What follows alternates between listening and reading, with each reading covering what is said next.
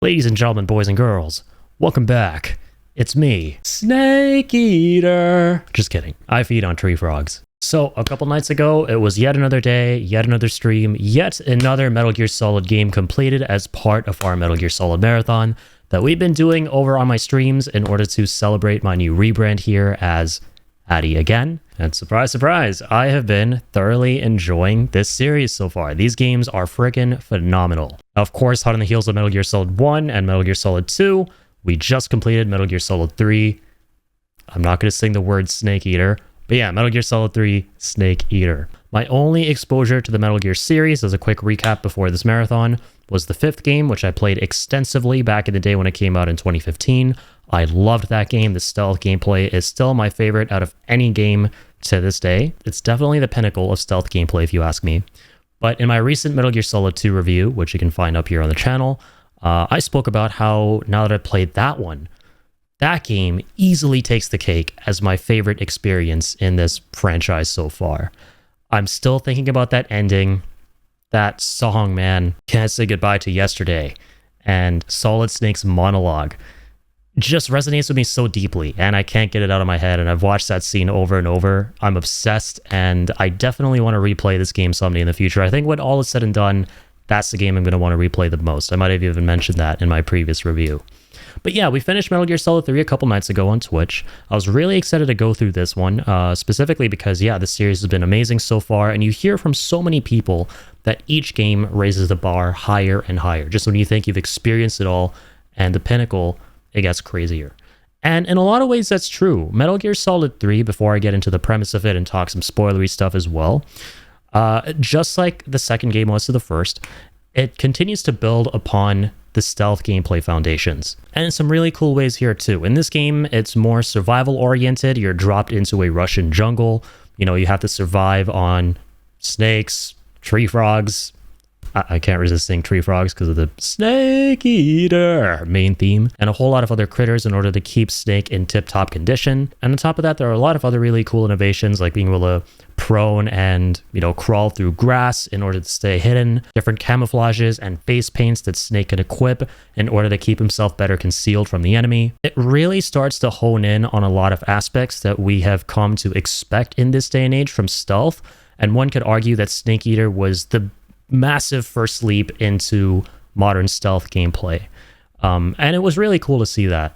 Now, being completely honest with you guys, I still think that, to me personally, Metal Gear Solid 2 is my favorite of the bunch, even after playing through 3. I don't, on a personal level, think that 3 was an improvement over 2, because 2 as a complete package was masterful. And like I said in my previous video, if Metal Gear Solid 1 was a 10 out of 10 to me, MGS2 is a 15, right? If we're being silly. But, of course, MGS2 is also a 10 to me. First two games are both 10s. Preferred Metal Gear Solid 2, though. To me, it's just a masterpiece. But this game, I would say it's more of a 9. The stealth gameplay objectively is better in every way than Metal Gear Solid 2. But there were a couple aspects of it that I just didn't jive with myself. A great example is in this game when you get caught by the guards, the amount of time it takes to shake them, lose them, reset the area is a little too long compared to the first two games. I miss the snappier segments when you're evading the guards and you have to lose them and you have to reset and go back to all the stealth stuff.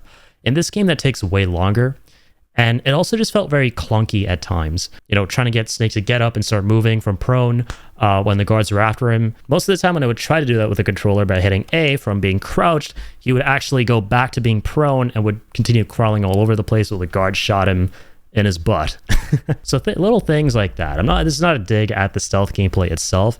I thought there were some really cool concepts. Again, I loved the survival aspect, right? How you're in a jungle, the aesthetic itself, the colors, all of that, and also the camouflages, all these little iterations, and also getting to experience the game with a over-the-shoulder camera, right? Now, I should mention that this wasn't the original Metal Gear Solid 3. I'm playing these games through the Master Collection, and in this Master Collection that came out 2 years ago, the version of Metal Gear Solid 3 that was ported over was the Subsistence version, which was an updated version of the game in HD that allowed for better camera control, because the original Metal Gear Solid 3 on PS2, it had a fixed camera like the first two games. And so in this one, it's kind of cool. You can toggle between either that or a more modern over the shoulder camera. I did play a bit of this game through the fixed camera perspective, just to try to emulate as much of the original experience as I could.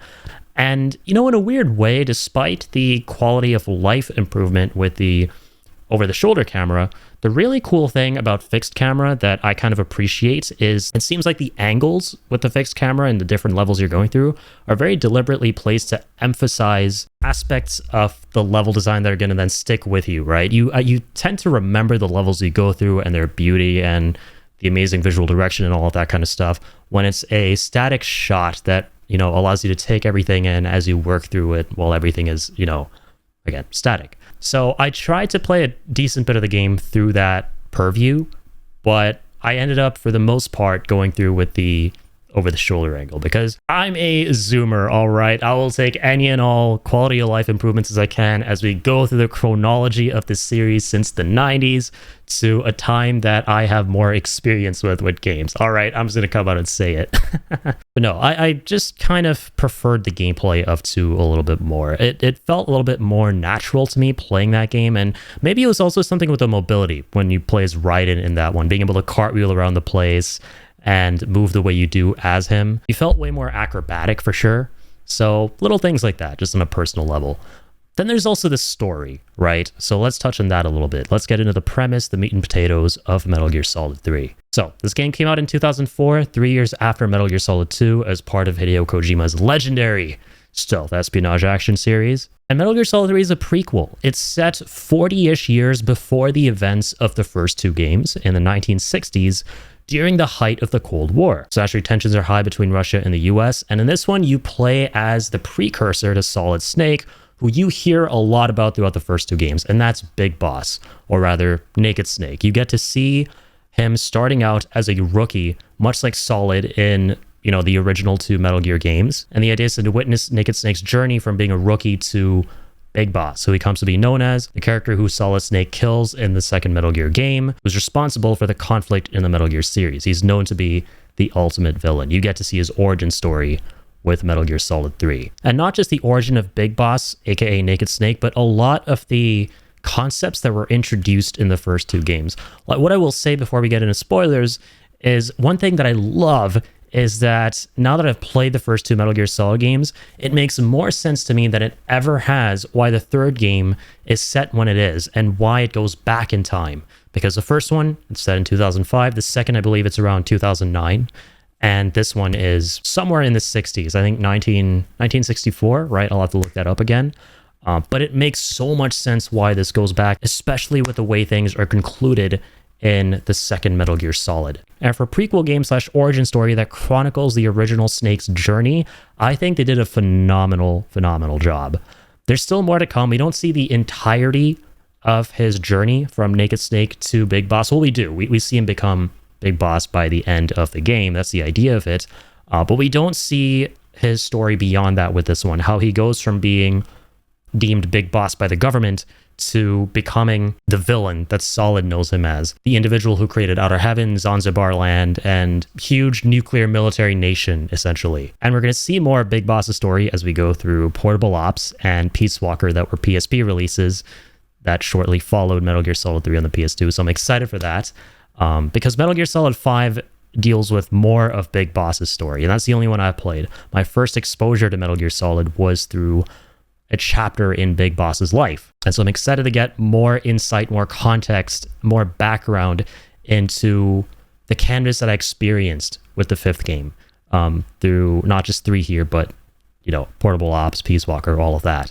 But that's neither here nor there. You play as Naked Snake, aka Big Boss in this one. You're sent into the jungles of Russia in order to rescue a defecting Russian rocket scientist. And from there, it's the most 60s espionage-coded story of betrayal, subterfuge, spying, triple agents, quintuple agents. It's nuts. So Big Boss's mentor, the original boss, who's pivotal to this game, she defects herself to the Soviet Union on this mission, and as she's defecting to the Soviet Union with a crazed Russian Colonel Volgin, he uses a rocket launcher on their way out to blow up one of his own Russian research facilities.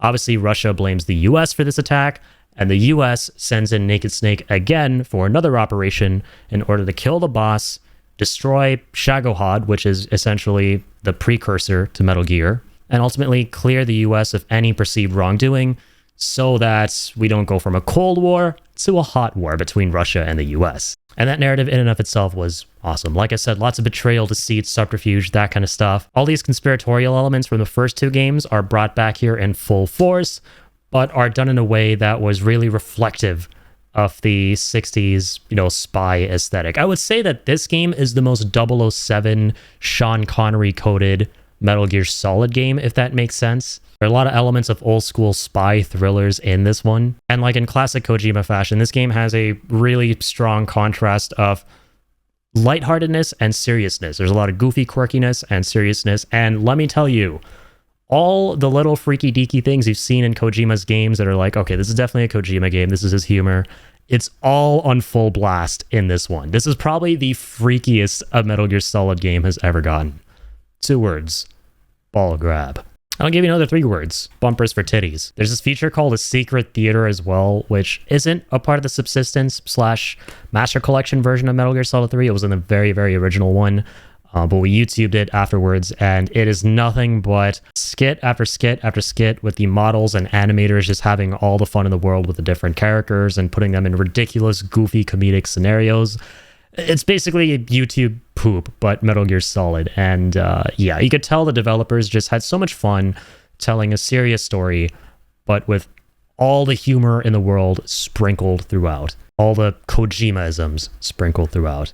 And I loved that. I'll probably post a separate video of my Secret Theater reaction because I had a lot of fun checking that out in my Twitch chat. But I love where the story goes, how the boss makes Snake question what it means to be a soldier. As per usual, Kojima goes deep with the messaging of this game and brings up some really important themes and questions for the player. Now, these didn't resonate with me as much as in the second game, but what I will say, and this is a nice opportunity for us to segue into spoilers, it made me appreciate the second game's ending so much more. And I get that sounds like I'm painting Metal Gear Solid 3 in a bad light, because normally when people are like, this made me appreciate that more, it's a dig at that first thing, but this is not that at all. What I'm saying is that a component of this game, specifically the ending, which we'll talk about now, it ties back in really well to the second game in a super subtle way that makes you appreciate it so much more. And I already love that second ending, and this ending that I think is peak and the best in the series, as part of the best game in the series to me, I appreciate a lot more now. So, some spoilers, right? By the end of Metal Gear Solid 3, obviously Snake confronts the boss.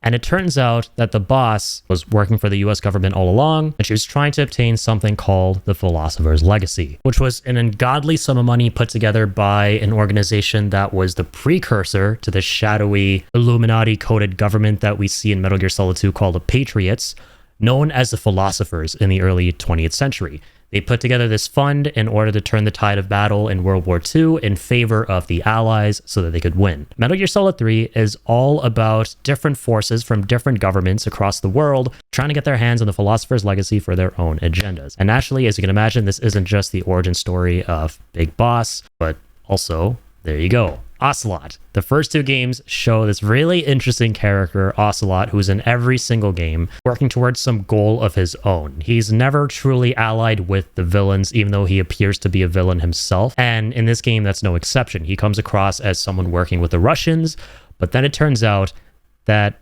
he himself is his own agent working to get the Philosopher's Legacy for his own government, that being the US government, and more specifically the CIA, which is revealed at the end of the game. And I love Ocelot, man. He's definitely the most riveting of the characters so far. He, in a lot of ways, really carries the experience, even though these experiences are all amazing. Anyway, he just elevates them so much. And in this game, he's just eccentric, wacky, over-the-top, theatrical 19-year-old kid who has his penchant for meowing and, as usual, which extends into his 50s, as we see in the first 2 games, twirling his revolvers as much as possible, trying to be this, badass Western gunslinger. But point is, there's this Philosopher's Legacy. Turns out the boss was trying to get that for the US government.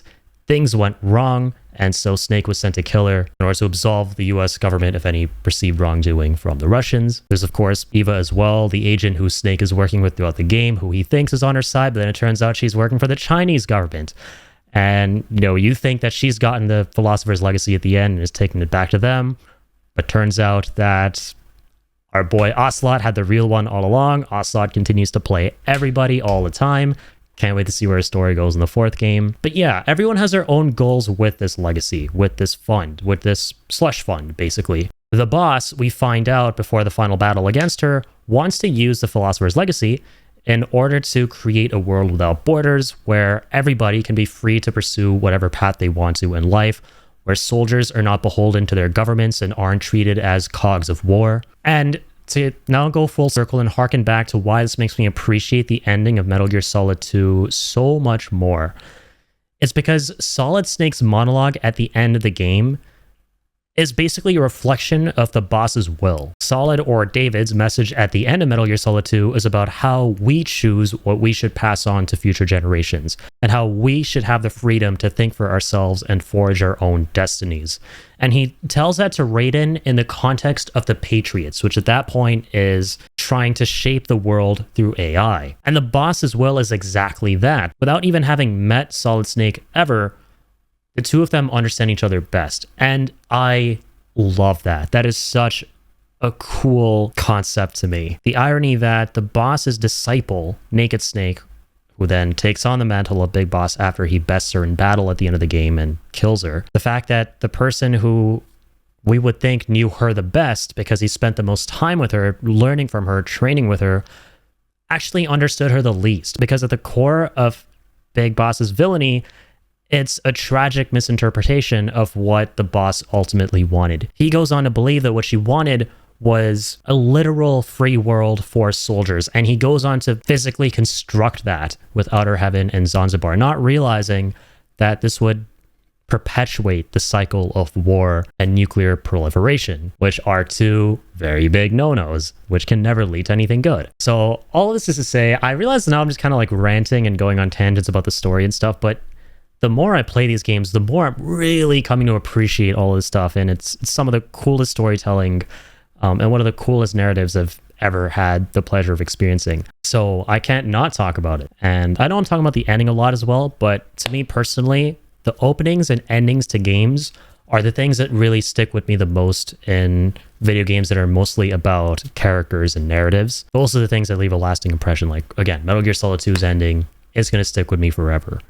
This game's ending, it was beautifully crafted, directed, the way the boss's mantle is passed on to Naked Snake, and how it's such a bittersweet ending, how he has to live with the knowledge, and he alone has to live with the knowledge that Big Boss, the original boss, was a hero the whole time, who sacrificed herself to prevent war and for her country, but people will deem her a traitor forever, who, they thought defected to the Soviet Union and did all these horrible things. And again, yeah, how that's all directed, right? These games at the end of the day, like I said in my first Metal Gear Solid review, they are movies that remember at the end of the day that they're also games. They've got incredible cinematics, very engaging, very riveting. They go on forever as well, but you don't feel the time passing by because the characters are electrifying.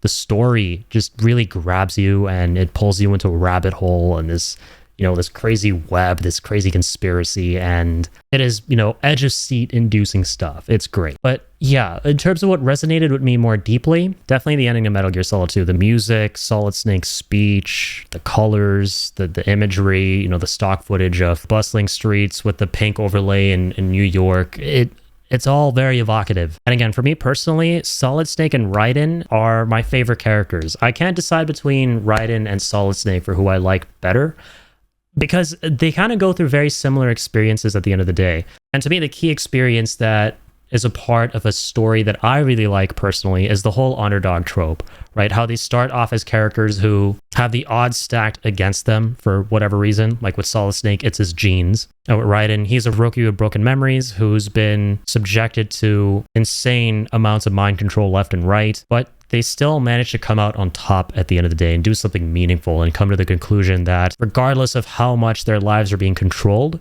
they still have the power to forge their own destiny. You will always have the power to make your own destiny at the end of the day and choose what to leave behind for future generations. And that is what I'm getting that Metal Gear Solid is all about at its core. I will say this about Metal Gear Solid 3's ending that I preferred a little bit over Metal Gear Solid 2's. I said in my MGS2 review last week that the fight with Solidus Snake between, Raiden and Solidus was peak. It was the best boss fight out of any of these games I'd experienced.